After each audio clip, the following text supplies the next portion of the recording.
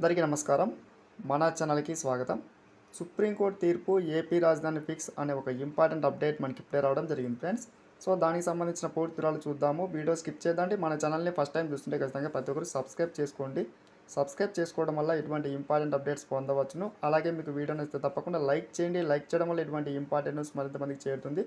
ఈ వీడియోకి 1000 likes expect చేస్తున్నా. ఇది చాలా ఇంపార్టెంట్ వీడియో ఇక్కడ చూస్తూ ఉన్నాం.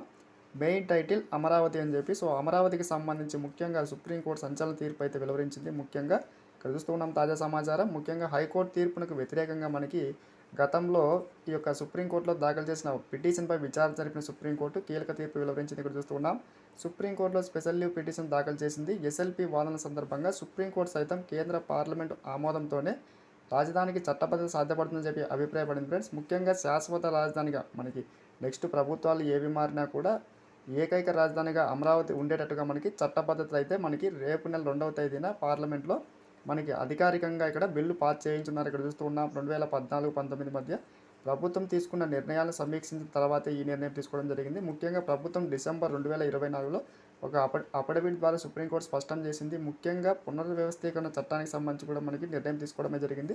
భవిష్యత్తులో 3 రాజధానుల ముచ్చట్లు లేకుండా మనకి కేవలం ఏకైక రాజధానిగా అమరావతి ఉండేందుకు మనకి కీలక నిర్ణయం తీసుకున్నాం. ఇటువంటి సబ్స్క్రైబ్ చేసుకోండి. Thanks for watching.